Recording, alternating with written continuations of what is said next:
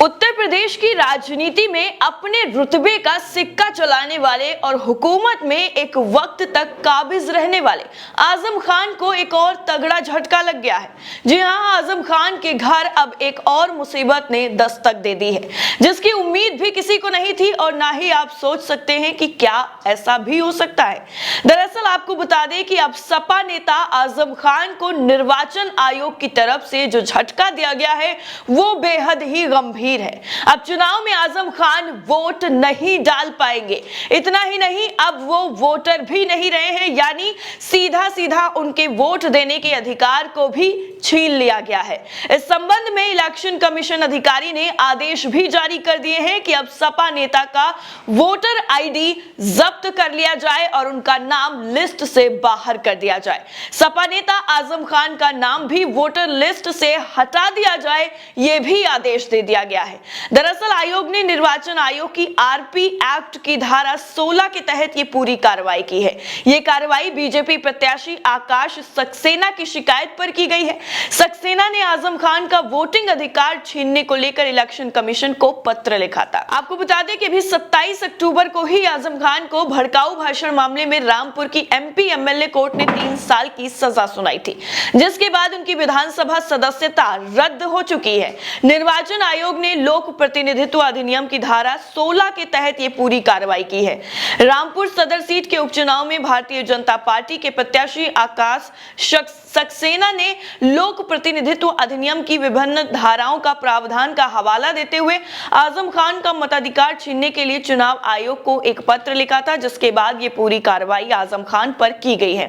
रामपुर विधानसभा क्षेत्र के मतदाता पंजीकरण अधिकारी द्वारा जारी आदेश में कहा गया है, शिकायतकर्ता आकाश सक्सेना के प्रार्थना पत्र के साथ न्यायालय के आदेश की प्रतियां और लोक प्रतिनिधित्व अधिनियम 1950 और 1951 के सुसंगत प्रावधानों के तहत आजम खान का नाम मतदाता सूची से काट दिया जाए। आजम खान को भड़काऊ भाषण देने के मामले में ही ये पूरी कार्रवाई जो है वो की गई थी और उसके बाद 3 साल की सजा सुनाने के बाद उनकी विधानसभा की जो सदस्यता है वो रद्द हो गई, लेकिन अब उसके बाद उनका वोट देने का जो अधिकार है वो भी छीन लिया गया है। इतना ही नहीं, एक और इतिहास जो है अब वो आजम खान के नाम हो गया है।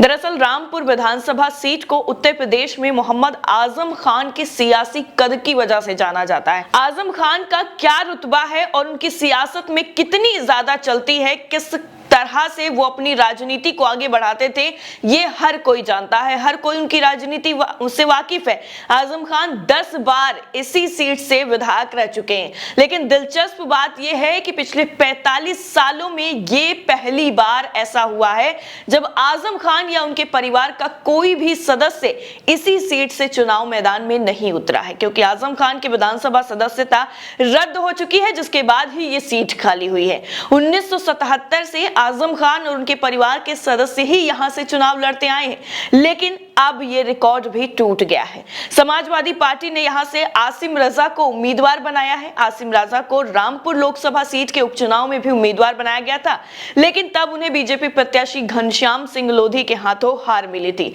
लेकिन बताना यहां पर यह भी दिलचस्प होगा कि जिस तरीके से ये पूरी कार्रवाई आजम खान पर की गई और उनकी विधानसभा सदस्यता जाने के बाद सीट खाली होने की वजह से यहां पर उपचुनाव कराना पड़ रहा है। ऐसे में एक तरफ आजम खान का जो वोटिंग का अधिकार है वो छीन लिया गया, वहीं दूसरी तरफ 45 सालों का रिकॉर्ड भी टूट गया। रामपुर सीट पर सपा प्रत्याशी आसिम रजा और बीजेपी प्रत्याशी आकाश सक्सेना के बीच सीधा सीधा कड़ा मुकाबला देखने को मिलेगा। कांग्रेस और बीएसपी ने इस उपचुनाव में अपना उम्मीदवार नहीं उतारा है। उत्तर प्रदेश में इसके साथ ही मैनपुरी लोकसभा सीट के उपचुनाव और पश्चिमी उत्तर प्रदेश की खतौली विधानसभा सीट पर भी उपचुनाव हो रहे हैं। इन सभी सीटों पर 5 दिसंबर को वोट डाले जाएंगे। 1996 के विधानसभा चुनाव में उन्हें कांग्रेस के अफरोज अली खान से हार मिली थी। इसके बाद आजम खान को राज्यसभा भेजा गया था, लेकिन साल 2002 से 2022 तक हुए विधानसभा चुनाव में 2019 को छोड़कर आजम खान को लगातार जीत ही मिली है। 2019 में आजम खान के लोकसभा सांसद चुने जाने के बाद ही उनकी पत्नी तंजीम फातिमा यहां से विधायक चुनी गई थी। 2022 का विधानसभा चुनाव आजम खान ने जेल में रहते हुए जीत लिया था। आजम खान के बेटे अब्दुल्ला आजम की बात करें तो इसी जिले की स्वार्थ टांडा सीट से वो भी विधायक हैं और आजम की पत्नी तंजीन फातिमा भी रामपुर सीट से सपा के टिकट पर विधायक रह चुकी हैं। रामपुर सीट पर मुस्लिम मतदाता काफी ज्यादा निर्णायक भूमिका में रहते हैं और वही डिसाइड करते हैं कि आखिर यहां पर किसका कब्जा जमेगा। इस साल फरवरी मार्च में जो विधानसभा चुनाव हुए थे, इसमें आकाश सक्सेना को आजम खान के हाथों करारी हार मिली थी। मुस्लिम मतदाताओं की बहुलता वाली इस सीट पर बीजेपी पसमानदा मुसलमानों के वोटों में सेंध लगाने की कोशिश कर रही है, लेकिन क्या वो कामयाब होती है ये आने वाले वक्त में पता चल जाएगा। लेकिन बीते दिनों बीजेपी ने पसमानदा मुस्लिम समाज के लोगों से जुड़े सम्मेलन रामपुर के साथ ही उत्तर प्रदेश में कई जगहों पर किए हैं। बीजेपी को उम्मीद है कि रामपुर और आजमगढ़ लोकसभा के उपचुनाव में जिस तरीके से उसने जीत हासिल की है, उसी तरह रामपुर विधानसभा सीट पर भी वो जीत का परचम लहरा सकती है। लेकिन वाकई यहां पर बेहद ही दिलचस्प और कांटे की टक्कर का मुकाबला है कि आखिर रामपुर की सीट जिस पर आजम खान का हमेशा से ही कब्जा रहा है, वहां पर इस बार बाजी कौन मार ले जाता है। इस पूरी रिपोर्ट को लेकर आपकी राय क्या है, कमेंट करके जरूर बताइएगा। बाकी सारी अपडेट के लिए नेशन 360 को सब्सक्राइब करना बिल्कुल ना भूलें। जय हिंद।